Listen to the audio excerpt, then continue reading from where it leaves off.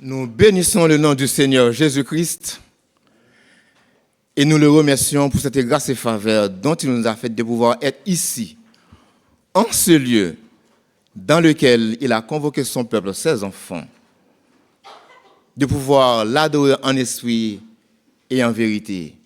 Que la grâce du Seigneur soit avec chacun d'entre nous. Amen.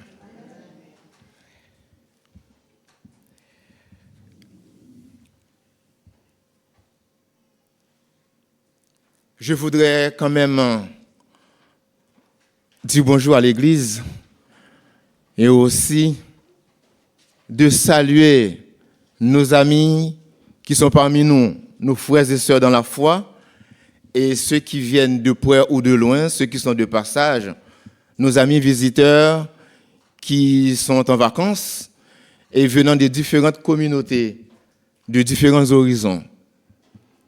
Nous voulons aussi saluer toute l'équipe de la liturgie, depuis l'école du sabbat jusqu'à maintenant, qui ont égayé l'ensemble du programme. Et les musiciens, la technique et aussi le diaconat de pouvoir organiser, embellir l'Église à travers tout ce que nous voyons au niveau des décorations.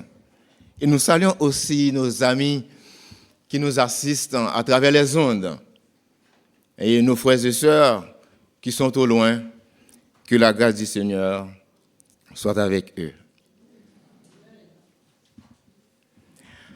Ce matin, si nous voulons donner un titre à ce sermon, nous pourrons l'intituler « Une puissance non mesurable et non calculable ».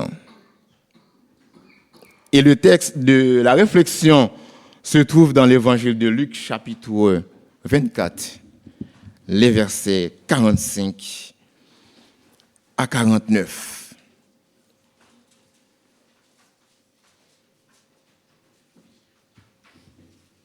Alors il leur ouvrit l'esprit afin qu'ils comprissent les Écritures. Et il leur dit ainsi: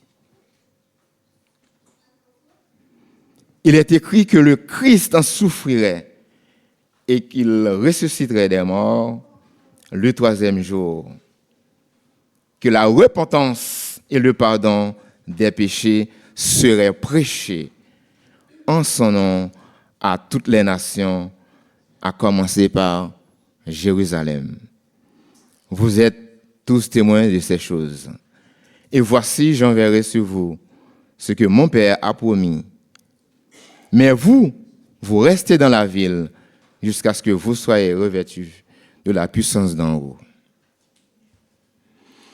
Les serviteurs de Dieu ne possèdent pas tous les mêmes critères de don.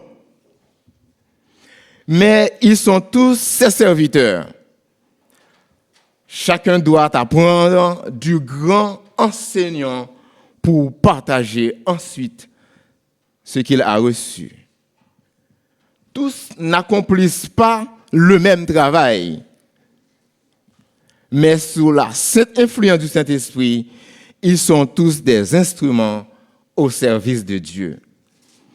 Le Seigneur utilise toute une variété de dons pour mener à bien l'œuvre qui consiste à arracher des âmes captivantes à l'armée de Satan. Prions le Seigneur. Père éternel, nous voici devant toi. Nous tenons à parler pour toi à travers les Saintes Écritures.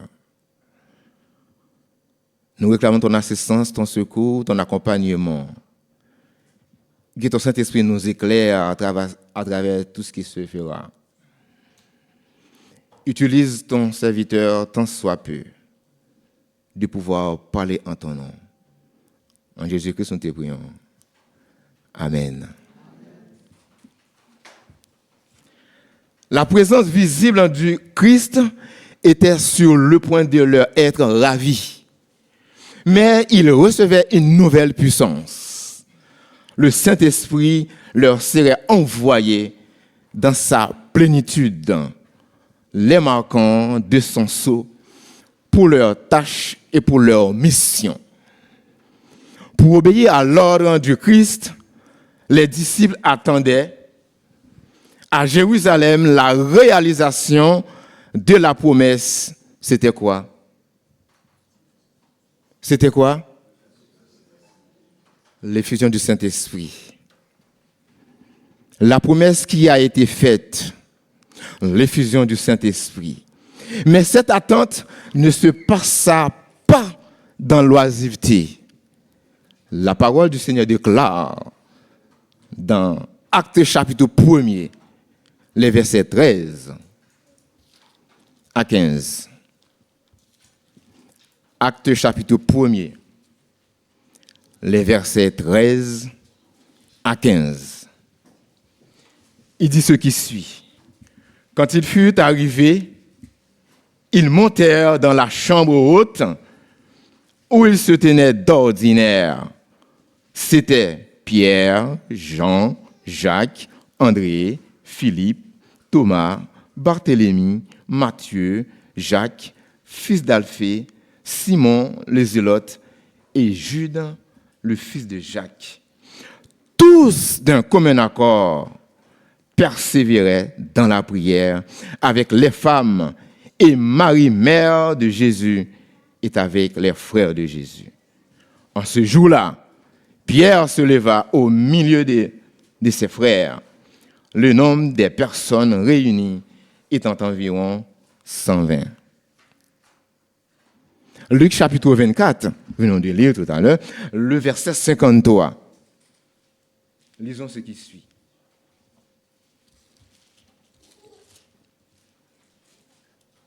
Et ils étaient continuellement dans le temple, louant et bénissant Dieu. Amen. Les disciples en prièrent avec une intense ferveur afin de pouvoir affronter les pécheurs et prononcer les paroles qui les amèneraient à la repentance. Ils s'unissaient étroitement dans la communion chrétienne.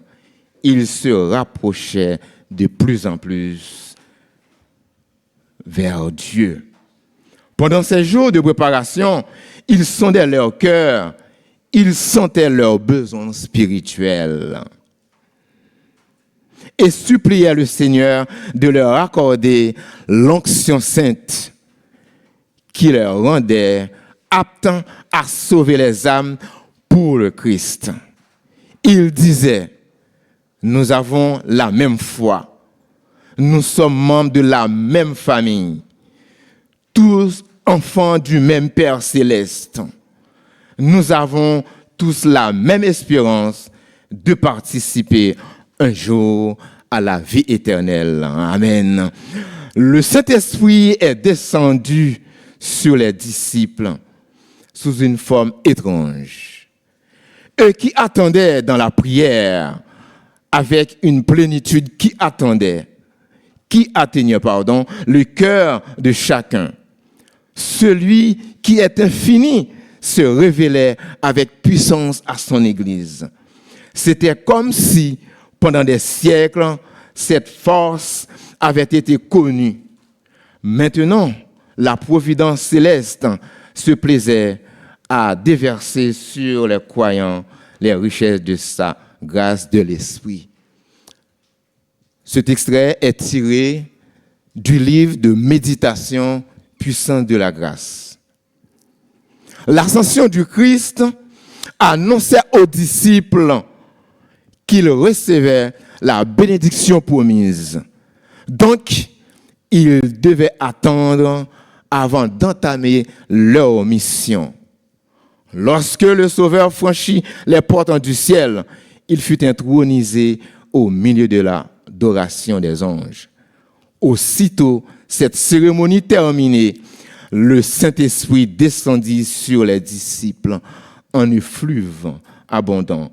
Et le Christ fut alors glorifié de la gloire même qu'il partageait avec le Père de toute éternité.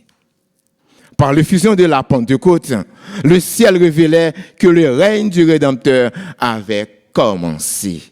Selon sa promesse, le Saint-Esprit descendait sur ses disciples pour témoigner qu'il avait reçu toute autorité et tout pouvoir sur la terre et dans les cieux. Parole que nous trouvons dans l'évangile de Matthieu, chapitre 28, le verset 18. Rapidement, prenons avec moi Actes chapitre 2, les versets 1 à 4. Rapidement. Actes chapitre 2, les versets 1 à 4.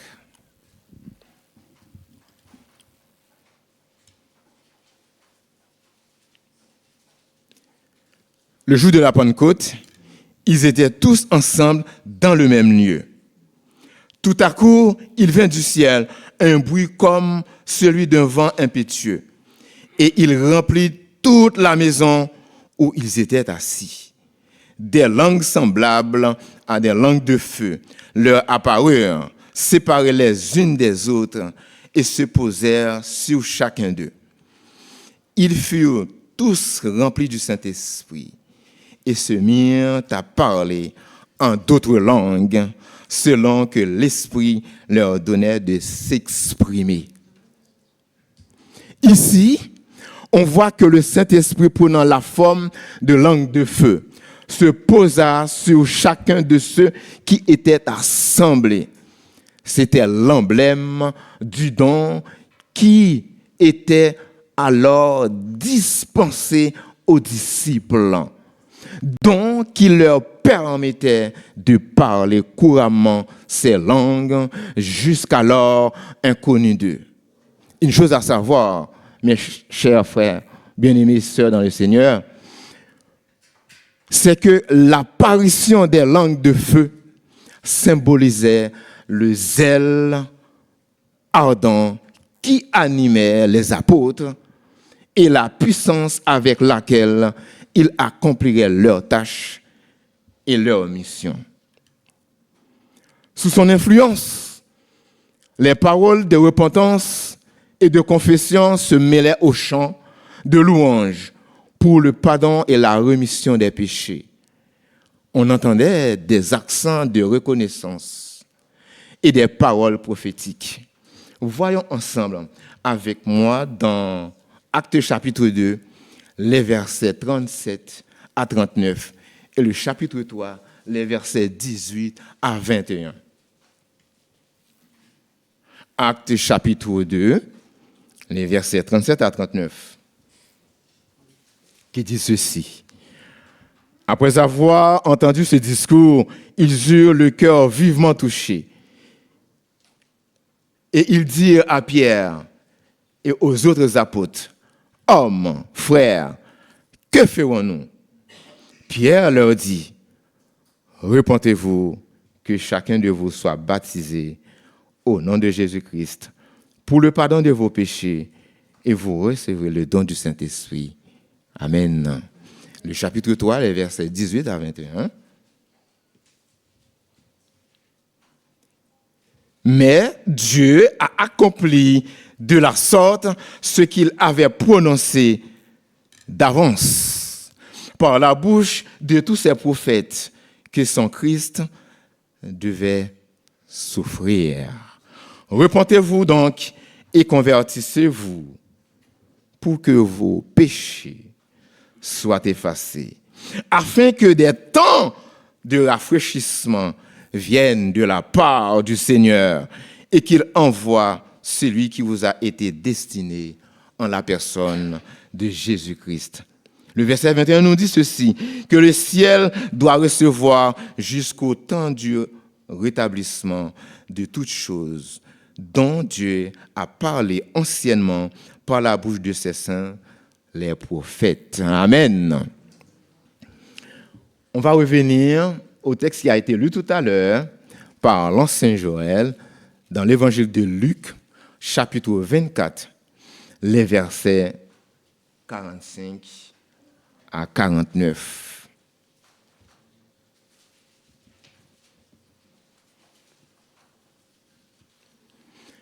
Et nous pouvons comprendre que ce texte fait écho à l'évangile de Jean, chapitre 16, les versets 7 à 13, et Actes chapitre 1er, le verset 8.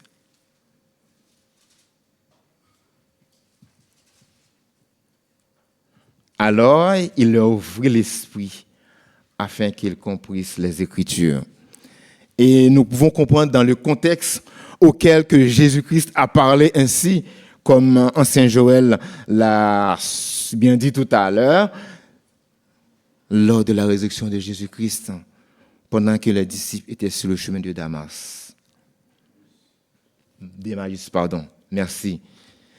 Ainsi, il est écrit que le Christ souffrirait et qu'il ressusciterait des morts le 3e jour, et que la repentance et le pardon des péchés seraient prêchés en son nom à toutes les nations, à commencer par Jérusalem.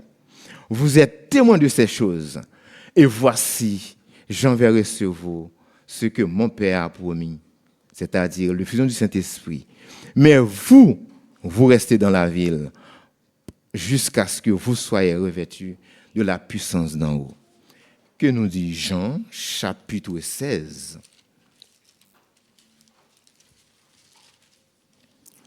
Les versets 7 à 13. Cependant, je vous dis la vérité, il vous est avantageux que je m'en aille, car si je ne m'en vais pas, le consolateur ne viendra pas vers vous. Mais si je m'en vais, je vous l'enverrai. Et quand il sera venu, il convaincra le monde en ce qui concerne le péché, la justice et le jugement. En ce qui concerne le péché, parce qu'il ne croit pas en moi. La justice, parce que je vais au Père et que vous ne me verrez plus. Le jugement, parce que le prince de ce monde est jugé. Verset 12. J'ai encore beaucoup de choses à vous dire, mais vous ne pouvez pas les porter maintenant. Le verset 13. Quand le consolateur sera venu, l'Esprit de vérité, il vous conduira dans toute la vérité, car il ne parlera pas de lui-même, mais il dira tout ce qu'il aura entendu, et il annoncera les choses à venir. Amen. Acte 1er, le verset 8, qui dit ceci. Mais vous recevrez une puissance, le Saint-Esprit survenant sur vous, et vous serez mes témoins à Jérusalem, dans toute la Judée, dans la Samarie, et ce jusqu'aux extrémités de la terre. Amen. Cela m'est venu à l'esprit à travers la prédication de celui qui a prêché sabbat dernier.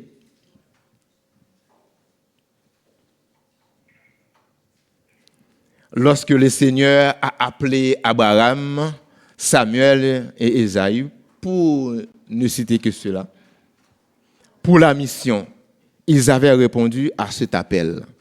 C'était quoi le mot? Me voici. Mais le Seigneur ne les a pas laissés sans bagage, indifférents pour leur mission. En revanche, le Seigneur n'appelle pas ceux qui sont qualifiés, mais il qualifie ceux qui sont appelés. Entre autres, c'est nous qui chantons les vers insérés au numéro 495 de nos hymnes et louanges, qui dit ceci.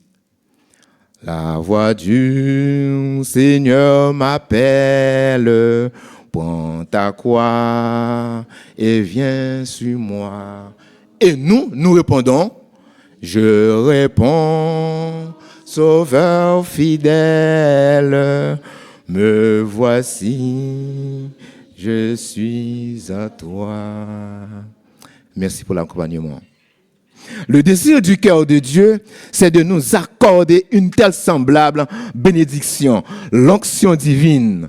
Si nous le recherchons ardemment, le Christ n'a pas fermé la réserve céleste après avoir déversé son esprit sur les premiers apôtres. nous pouvons nous aussi recevoir sa bénédiction dans toute son ampleur, dans toute sa plénitude. Les cieux abondent des trésors de sa grâce. Ceux qui s'approchent de Dieu par la foi peuvent prétendre à tout ce qu'il a promis. Extrait encore tiré de la puissance de la grâce. Prenons avec moi ce passage écrit par l'apôtre Paul dans Colossiens chapitre 1er, les versets 19 et 20.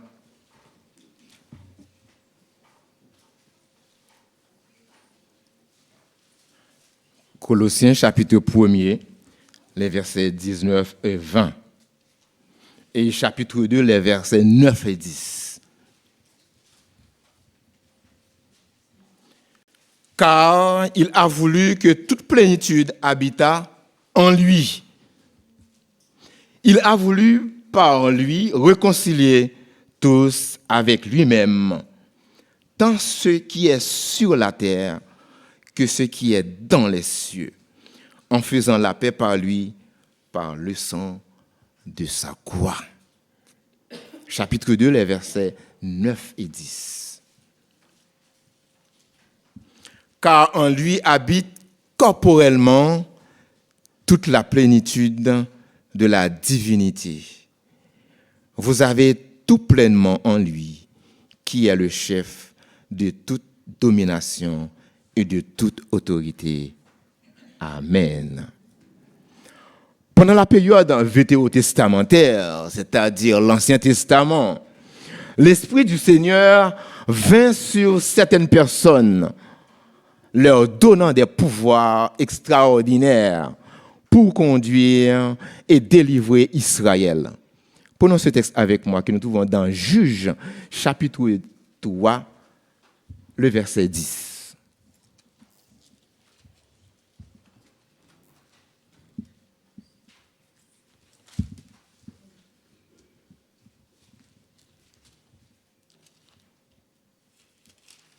Juges, chapitre 3. Juges, chapitre 3, le verset 10.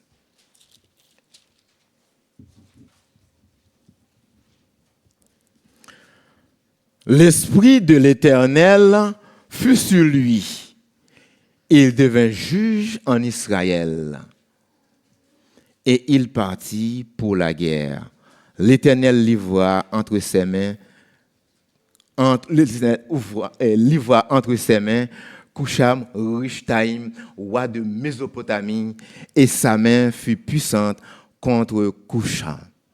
Donc, nous voyons dans ce contexte, il s'agit de ce roi auquel le Seigneur l'a utilisé de pouvoir remporter la victoire et aussi de délivrer ce peuple d'Israël. Le chapitre 6, le verset 34 nous dit ceci, toujours dans Juge.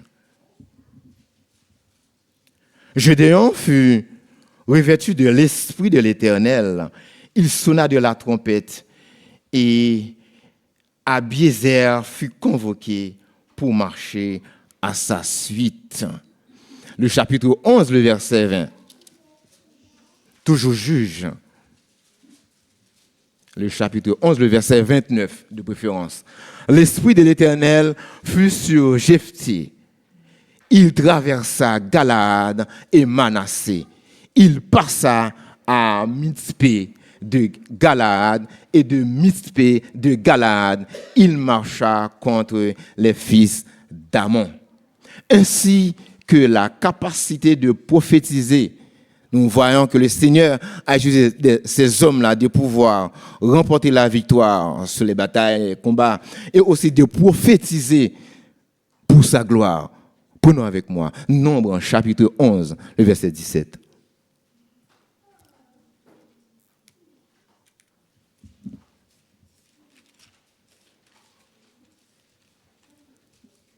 Nombre chapitre 11, le verset 17.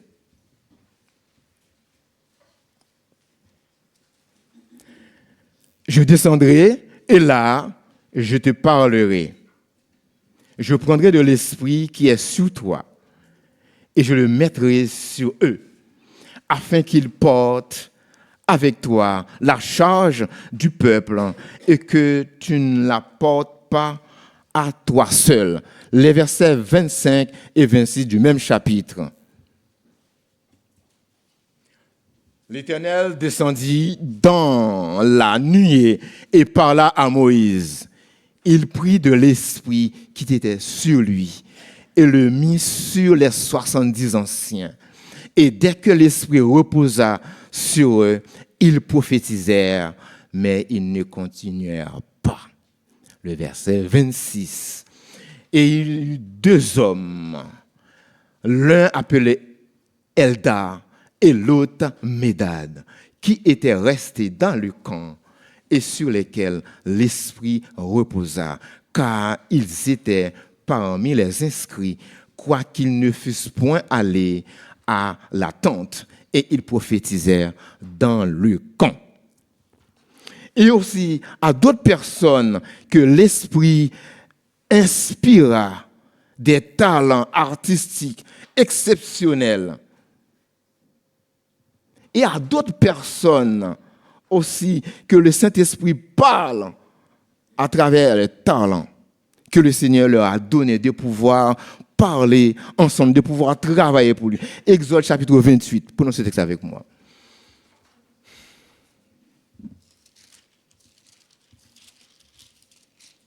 Exode chapitre 28, le verset 3.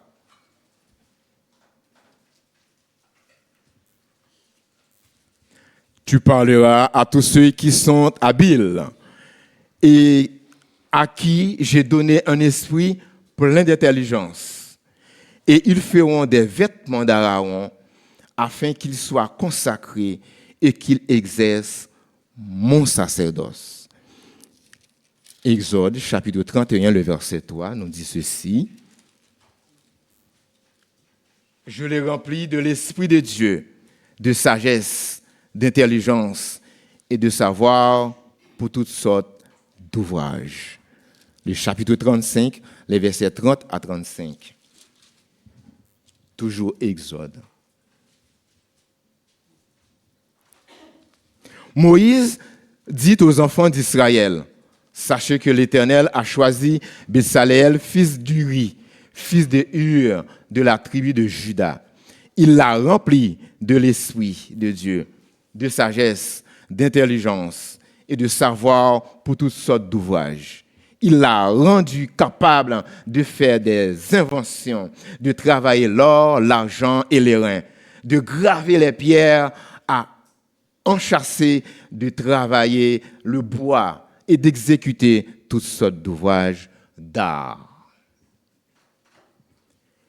Il lui a accordé aussi le don d'enseigner, de même qu'à Oliab, fils d'Achisamach, de la tribu de Dan. Le verset 35, il les a remplis d'intelligence pour exécuter tous les ouvrages de sculpture et d'art, pour broder et tisser les étoffes teintes en bleu, en pourpre, en cramoisi et le fin lin, pour faire toute espèce de travaux et d'inventions. Amen. Il en est de même dans l'Église primitive, qui est l'Église des apôtres. C'est par le Saint-Esprit que le Christ accorda ses dons aux croyants.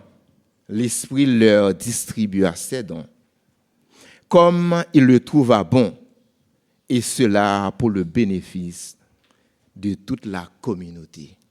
Prenons ce texte avec moi que nous trouvons dans 1 Jean, chapitre 2, les versets 26 à 27.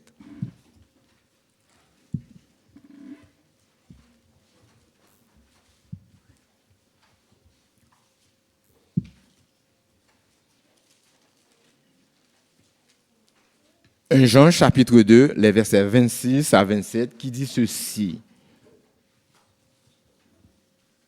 Je vous écris ces choses au sujet de ceux qui vous égarent.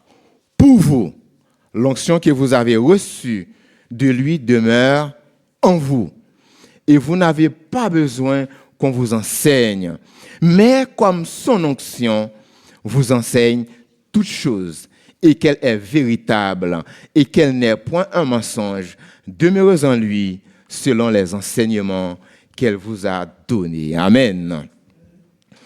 Le Saint-Esprit était directement impliqué dans la gestion et l'administration de l'Église apostolique. En choisissant des missionnaires, l'Église a bénéficié de sa direction à travers la prière et le jeûne. Actes chapitre 13, les versets 1 à 4, nous dit quelque chose aussi très important.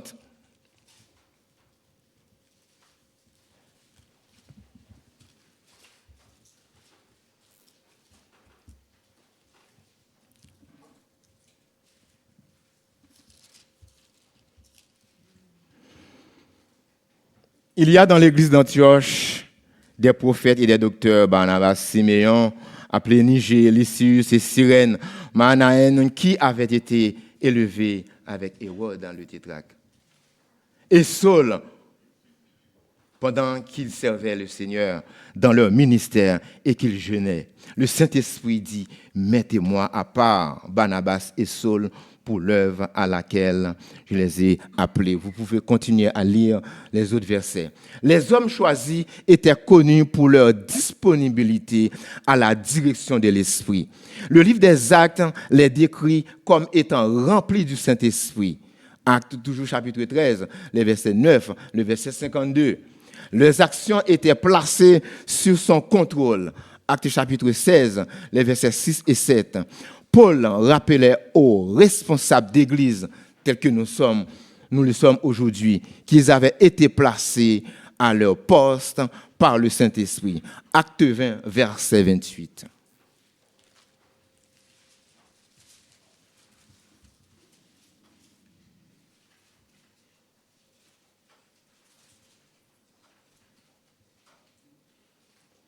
Prenez donc garde à vous-même et à tout le troupeau sur lesquels le Saint-Esprit vous a établi évêque pour paître l'Église du Seigneur, qu'il s'est acquise de préférence par son propre sang. Si nous prêchons la parole, nous devrions être des ouvriers accomplis et présenter la vérité dans sa pureté, mais aussi dans sa simplicité. Nous devons nourrir le troupeau avec des aliments spirituels soigneusement préparés et passés au crible. Voyons ce que dit l'apôtre Paul dans la deuxième épître à Timothée, chapitre 2, le verset 15. On va revenir sur Acte 20. La deuxième épître de Paul à Timothée, chapitre 2, le verset 15. Il dit ceci. « Efforce-toi de te présenter devant Dieu comme un homme éprouvé, un ouvrier qui n'a point à rougir, qui dispense droitement la parole de la vérité. » Et le verset 16 dit quelque chose plus bas. « Évite les discours vains et profanes, car ceux qui les tiennent avanceront toujours plus dans l'impiété et leur parole rongera comme de la gangrène. » Acte 20 que nous venons de lire, il est aussi catégorique pour nous en tant que responsables d'église d'aujourd'hui, nous qui vivons en cette fin de temps. Car la parole du Seigneur nous dit dans la première épître aux Corinthiens chapitre 10, le verset 11, « Ces choses leur sont arrivées pour nous servir d'exemple. » Et quoi d'autre? Et elles ont été pour notre instruction et à nous qui sommes parvenus à la fin des siècles. Nous devrions présenter la vérité de telle manière qu'elle soit attrayante pour un esprit intelligent. Combien donc il est important et nécessaire pour tous ceux qui enseignent la vérité et tous ceux qui y croient soient transformés à tel point par son influence sanctifiante, que leur vie noble et élevée montre à ceux qui ne croient pas comme nous qu'ils nous ont mal jugés. Combien il est important que la cause soit dépouillée de toute excitation fanatique, afin que la vérité se montre telle qu'elle est décrite dans sa pureté originelle et son élévation. À l'instar de l'apôtre Pierre, il déclare toujours dans Actes chapitre 3, les versets 19 à 20. Nous lisons ce qui suit. Actes chapitre 3, les versets 19 à 20.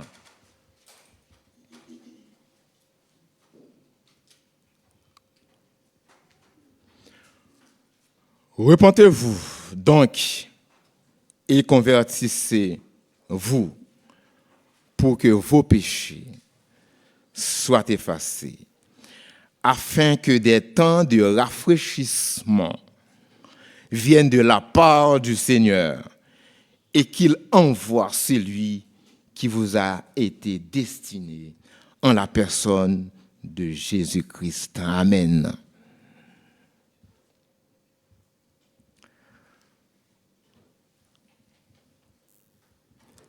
C'est aujourd'hui que nous devons nous donner à Dieu pour qu'il fasse de nous un vase d'honneur propre à son service. C'est aujourd'hui que nous devons nous donner à Dieu pour être vidés du moi, vidés de l'envie, de la jalousie, de tout mauvais soupçon de l'esprit, constatataire de tout ce qui déshonore Dieu. C'est aujourd'hui que notre vase doit être purifié, préparé pour la rosée céleste, pour les ondées de la pluie de l'arrière-saison. Car cette pluie viendra et la bénédiction divine remplira chaque âme qui aura été purifiée de toute souillure. C'est aujourd'hui notre devoir de céder nos âmes au Christ pour que nous soyons préparés pour le temps de rafraîchissement venant de la part du Seigneur, préparé pour le baptême du Saint-Esprit. Luc nous dit quelque chose, toujours dans Actes chapitre 1er, le verset 5. Acte 1er, le verset 5. Car Jean a baptisé d'eau, mais vous,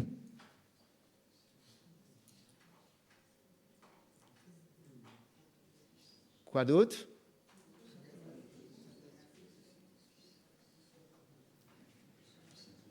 Mais vous, dans peu de jours, vous serez baptisés du Saint-Esprit. La parole du Seigneur nous fait savoir que la fin de toutes choses est proche. Elle déclare de la manière la plus explicite que chacun doit faire en sorte que la vérité soit implantée en son cœur pour qu'elle dirige notre vie et sanctifie notre caractère. L'Esprit de Dieu est à l'œuvre pour que la vérité de la parole inspirée soit gravée dans l'âme et que tous ceux qui font profession de suivre le Christ possèdent une sainte joie communicable à d'autres. Nous pouvons tous dire à l'unisson, d'une seule et même voix: nous avons la même foi. Nous sommes tous membres de la même famille, tous enfants du même Père céleste. Nous avons tous la même espérance de participer un jour à la vie éternelle. Notre seule sécurité, notre seule espérance réside dans le fait d'être prêt pour le rafraîchissement céleste, d'avoir nos lampes prêtes et allumées. Que le que celui qui nous a fait la promesse et qu'il nous garde et que nos lampes soient toujours allumées comme le flambeau de l'Évangile pour la puissance non mesurable et non calculable. Que le Seigneur nous bénisse et qu'il nous garde. En Jésus-Christ, nous te prions. Amen.